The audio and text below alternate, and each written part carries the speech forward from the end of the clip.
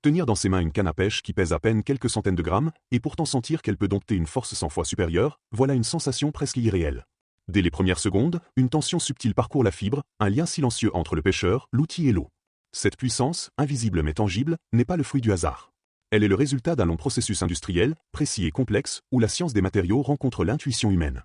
Chaque vibration, chaque retour de force que l'on ressent au bout de la ligne est le reflet d'heures de conception, de calcul, de tests et de gestes minutieux exécutés au millimètre près.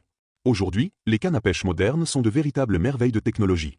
Chaque année, des millions d'exemplaires sortent des usines à travers le monde, et le marché global atteint près de 2 milliards de dollars. Les États-Unis, l'Europe et l'Australie figurent parmi les plus grands consommateurs, portés par une culture de la pêche profondément ancrée et en constante évolution. Pourtant, ce niveau de sophistication est relativement récent. Pendant des siècles, la pêche reposait sur des matériaux simples. Le bambou, flexible et naturellement résistant, a longtemps été la référence. Les pêcheurs le pliaient, le façonnaient et le polissaient eux-mêmes, transmettant de génération en génération cette sensation unique d'un lien direct avec le poisson et l'eau. Avec le XX siècle, la recherche de performance a ouvert une nouvelle ère. L'essor des matériaux composites a bouleversé la fabrication. Le carbone, d'abord réservé à l'aéronautique et aux satellites, a progressivement remplacé le bambou dans les cannes haut de gamme. Léger, rigide et résistant, il offre un rapport puissance-poids inégalé. Aujourd'hui, la majorité des cannes haut de gamme sont fabriquées à partir de fibres de carbone et de fibres de verre imprégnées de résine thermodurcissable. Ces résines ont une particularité, sous l'effet de la chaleur, elles réticulent de manière irréversible, formant une structure rigide, solide et durable. Mais avant même que la chaleur n'entre en jeu, tout commence par le froid. Les rouleaux de fibres préimprégnés sont stockés dans des chambres réfrigérées à moins de 0 degré Celsius. Ce détail, souvent ignoré, est crucial. Une température trop élevée provoquerait une polymérisation prématurée, ruinant le matériau avant même son utilisation. Lorsque la production commence, via la phase de découpe, l'une des plus techniques. Des machines guidées par des plans élaborés par les ingénieurs découpent les fibres selon des formes triangulaires et des motifs obliques précis. Chaque coupe est pensée pour contrôler le futur comportement mécanique de la canne, déterminer l'endroit exact où elle se courbera, comment la force sera répartie et comment l'énergie transmise par le pêcheur se propagera jusqu'à l'hameçon. L'orientation des fibres est donc essentielle, car elle trace littéralement le chemin de la puissance. À ce stade, la précision se mesure en millimètres, parfois en fractions de millimètres. Chaque angle, chaque couche a un rôle. La fabrication d'une canne devient ainsi une forme d'architecture invisible où la mécanique et l'artisanat se rencontrent. Une fois les fibres découpées, le cœur de la canne prend forme autour d'un mandrin en acier inoxydable, un axe qui servira de moule interne. Sa surface est enduite d'un agent de démoulage, afin de pouvoir le retirer plus tard sans endommager la structure. Autour de ce noyau, les nappes de carbone sont placées avec une précision extrême. Même à l'ère de l'automatisation, cette étape dépend encore largement du savoir-faire humain. Les techniciens expérimentés positionnent chaque fibre le long de l'axe, vérifiant que rien ne dévie d'1 millimètre. Une légère erreur suffirait à altérer la réponse mécanique de la canne. La flexion ne se produirait pas au bon endroit ou la transmission de la force serait imparfaite. Les gestes sont lents, précis, presque chorégraphiés. La canne reste souple, malléable, fragile, mais chaque mouvement construit son futur. Lorsque l'alignement est validé, la canne est placée sur un dispositif rotatif de haute précision. La rotation permet d'enrouler les fibres de manière uniforme, assurant la cohésion des couches. Dans certaines zones, dites de forte contrainte, des renforts sont ajoutés. Il ne s'agit pas de simplement épaissir la matière. Les ingénieurs jouent sur la densité, l'orientation et l'épaisseur des fibres pour obtenir un équilibre parfait entre rigidité, flexibilité et sensibilité. Cette approche illustre la philosophie moderne de l'ingénierie. La performance ne se limite pas à la résistance brute, elle inclut l'expérience de l'utilisateur, la sensation, la précision et le confort. Lorsque l'enroulement est terminé, la structure encore souple est enveloppée d'un ruban thermique appliqué en spirale. La tension est soigneusement contrôlée. Ce ruban agit comme une armure temporaire, maintenant les fibres et empêchant toute déformation avant la cuisson. La canne est ensuite placée dans un four industriel, où la température monte progressivement selon un programme minutieux. Chaque paramètre est surveillé par ordinateur, la vitesse de montée en température, les paliers de maintien et la durée totale. À l'intérieur, les résines thermodurcissables réagissent, formant un réseau solide et irréversible. C'est ici que la canne acquiert sa résistance finale, prête à supporter des forces que son poids ne laisse pas imaginer. Après la cuisson et le durcissement des fibres, la canne n'est encore qu'une structure brute, mais son potentiel est déjà immense. La prochaine étape, critique et délicate, est l'extraction du mandrin, cet axe en acier inoxydable autour duquel toutes les fibres ont été enroulées. Cette opération demande une précision extrême, trop rapide et la canne pourrait se fissurer, trop lente et le mandrin resterait coincé à l'intérieur. Des machines spécialisées appliquent une traction progressive, parfaitement contrôlée, pour séparer l'acier du composite sans le moindre dommage. Lorsque le mandrin est enfin retiré, l'intérieur révèle un tube parfaitement creux, léger mais incroyablement rigide. Cette cavité, invisible pour le pêcheur, est l'une des clés de la performance moderne. Elle permet de réduire le poids tout en conservant la résistance nécessaire pour contrôler des poissons puissants, transformant chaque lancer en un dialogue subtil entre l'homme et la ligne. Une fois le cœur de la canne dégagé, le travail de finition mécanique commence. Les rubans protecteurs qui ont maintenu les fibres en place sont retirés, révélant une surface encore brute, avec de légères marques laissées par l'enroulement et la cuisson. La longueur de la canne est ajustée avec précision grâce à des machines de coupe de haute précision, parfois au dixième de millimètre près. Ensuite via le ponçage, une étape en 2 phases. D'abord à sec, pour enlever les irrégularités visibles, puis à l'eau, afin de limiter la chaleur et le frottement qui pourraient fragiliser les fibres. L'eau joue ici le rôle de lubrifiant naturel, permettant un ponçage fin et uniforme tout en préservant la structure interne. Chaque geste, chaque mouvement de ponçage est pensé pour garantir que la surface sera lisse, prête à recevoir les finitions esthétiques et protectrices, et capable de restituer parfaitement les vibrations de la ligne.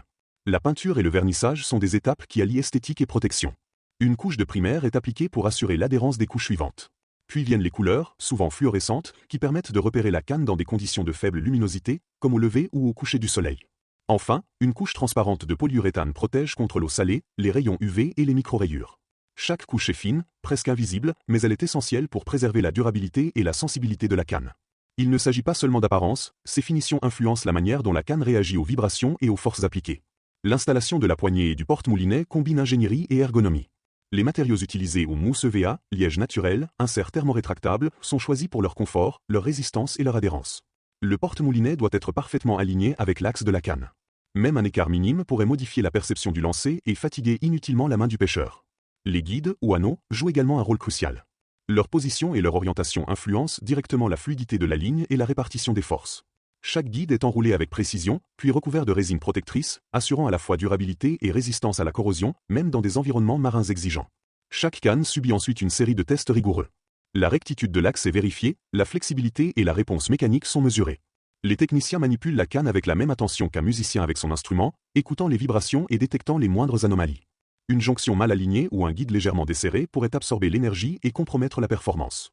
Tout doit être parfait, car chaque détail influence la sensation que le pêcheur ressent lors du lancer ou du combat avec un poisson. Cette phase de test révèle également la finesse de l'ingénierie derrière chaque canne. Les zones de flexion ont été calculées pour offrir un maximum de contrôle et de retour de force. Les renforts ajoutés dans les sections critiques permettent d'éviter toute déformation sous pression, tandis que le reste de la canne reste léger et sensible. C'est ce compromis entre rigidité et souplesse, entre puissance et sensibilité, qui distingue une canne de qualité professionnelle d'un modèle ordinaire. En parallèle, les choix de matériaux et de structures influencent directement le ressenti du pêcheur. Le carbone assure une rigidité nécessaire pour contrôler de gros poissons, la fibre de verre absorbe légèrement les chocs pour éviter les vibrations excessives, et les résines lient le tout pour créer un ensemble homogène et prévisible. Chaque millimètre de fibre, chaque spirale de ruban, chaque couche de résine a son importance. Le geste du technicien dans l'atelier, précis et répété, devient perceptible à travers la canne. Le pêcheur tient en main le fruit d'un savoir-faire accumulé sur des décennies, transformé en un instrument capable de traduire la nature en sensations. Les finitions esthétiques ne sont pas en reste. Les couleurs, les vernis et même les détails des poignées contribuent à l'expérience sensorielle. Elles renforcent la visibilité, la protection et la durabilité, mais elles donnent aussi une identité à la canne. Chaque modèle raconte son histoire, de l'atelier où il a été fabriqué jusqu'au lac ou à l'océan où il sera utilisé. Le choix de la poignée, du porte-moulinet et des anneaux traduit à la fois une exigence mécanique et un souci du confort. La canne devient ainsi une extension du corps, un prolongement des sens du pêcheur, capable de traduire le moindre mouvement de l'eau en information tangible. Cette harmonie entre technique, science des matériaux et ressenti humain est ce qui transforme la pêche moderne. Là où le bambou offrait une flexibilité simple mais limitée, les composites permettent des actions précises, des lancers rapides et un ressenti très fin. Chaque détail, du choix de la fibre à l'orientation des couches, des renforts internes à la finition de surface, participe à ce dialogue entre l'homme et le poisson. Le pêcheur ne tient plus seulement une canne, il tient une machine parfaitement calibrée pour amplifier ses gestes et restituer les forces de la nature avec subtilité et précision. Une fois la canne entièrement assemblée et testée, elle entre dans sa dernière phase de finition. Chaque anneau, chaque jonction, chaque poignée est vérifiée encore une fois, car la moindre imperfection peut modifier la perception du pêcheur. La rectitude de l'axe est mesurée avec précision, la flexion testée sous différentes charges, et la résistance à la traction évaluée pour garantir que la canne pourra affronter des poissons puissants sans se déformer. Les techniciens manipulent l'outil comme un musicien avec son instrument, cherchant le moindre défaut de vibration ou de résonance. Ces contrôles méticuleux assurent que la canne transmettra fidèlement chaque effort, chaque tiraillement, chaque mouvement de la ligne. Après ces vérifications, la canne reçoit ses dernières touches esthétiques. Les couches finales de peinture fluorescente, de vernis transparent et de polyuréthane sont appliquées avec une précision qui assure à la fois beauté et protection. Les couleurs permettent de repérer facilement la canne dans des conditions de faible luminosité, tandis que le vernis protège contre l'eau salée, les rayons UV et les micro-rayures. Ces couches sont fines mais essentielles, elles maintiennent l'intégrité des fibres, prolongent la durée de vie de la canne et participent à l'expérience sensorielle du pêcheur. Chaque détail compte, car chaque vibration transmise à la main est influencée par la qualité de la finition. La poignée et le porte-moulinet sont installés avec un soin tout particulier.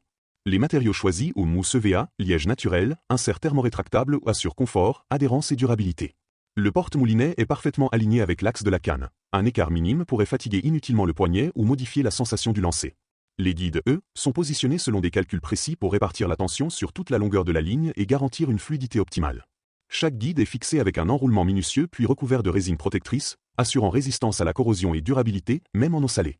Après l'assemblage complet, la canne subit ses derniers tests pratiques. Les techniciens simulent des lancers, appliquent des charges progressives et observent la réponse de la structure. Chaque mouvement est analysé, chaque flexion mesurée, chaque retour de force ressenti. Le but est de garantir que l'utilisateur final percevra exactement ce que les ingénieurs ont prévu. Un contrôle total, une sensibilité parfaite et une expérience fluide, presque organique. À ce stade, la canne n'est plus seulement un assemblage de matériaux, mais une extension du corps et des sens du pêcheur. Ces tests révèlent également la finesse de l'ingénierie moderne. Les zones de flexion sont calibrées pour offrir à la fois puissance et sensibilité. Les renforts internes absorbent les chocs et répartissent la tension, tandis que le reste de la canne conserve sa légèreté et sa réactivité. Ce mélange de rigidité et de souplesse est ce qui distingue une canne haut de gamme d'un modèle ordinaire. La combinaison de carbone, de fibres de verre et de résine thermodurcissable permet à la fois de contrôler un poisson puissant et de ressentir les vibrations les plus subtiles, un équilibre que les pêcheurs recherchent depuis des siècles. L'histoire de la canne moderne est aussi celle de la transformation des gestes anciens. Là où le bambou offrait flexibilité mais limitait la puissance et la précision, les composites actuels permettent un contrôle fin et des lancers rapides. Chaque couche de fibres, chaque spirale de ruban, chaque renfort interne a été pensé pour transmettre l'information aux pêcheurs avec fidélité. Tenir cette canne, c'est tenir des décennies de recherche et d'innovation. C'est sentir que chaque vibration, chaque tiraillement, chaque résistance est le résultat d'un long processus industriel et artisanal, invisible mais parfaitement intégré. Le pêcheur expérimenté le sait, une bonne canne ne se contente pas de résister, elle communique. Elle transforme le moindre mouvement du poisson en sensation tangible dans la main. Elle permet d'anticiper, de réagir, de lancer avec précision. La science, l'artisanat et l'expérience se rejoignent pour créer un instrument capable de rendre la pêche à la fois technique et poétique. La canne devient un partenaire silencieux, fidèle, capable de traduire les forces invisibles de la nature en gestes précis et contrôlés. Enfin, lorsque la canne quitte l'usine pour rejoindre les mains du pêcheur, elle transporte avec elle l'histoire de sa fabrication, des centaines d'heures de travail, de calculs, de tests et de gestes précis. Des lacs d'Europe aux océans d'Australie, chaque utilisateur peut ressentir cette harmonie entre technologie et sensibilité. La légèreté de l'outil contraste avec la puissance qu'il peut contrôler, transformant chaque lancer en une expérience unique et mémorable. Le dialogue entre l'homme, l'outil et l'eau devient tangible, subtil, presque magique. Alors, la prochaine fois que vous tiendrez une canne entre vos mains, pensez à tout ce qu'elle représente, une fusion parfaite de science, de technologie et de savoir-faire humain.